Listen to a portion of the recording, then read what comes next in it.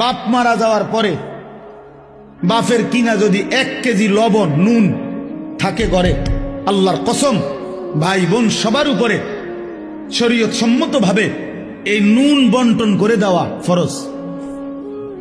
এটাই শরীয়ত। নুন নুন জি জি লবণ। আপনি তো হুদা মনে করছেন জমিন, বাড়ির ভিটা, এই যে বসত ভিটা যেটা, এটা 100 বোনের হক, ভাই বোন সবার হক।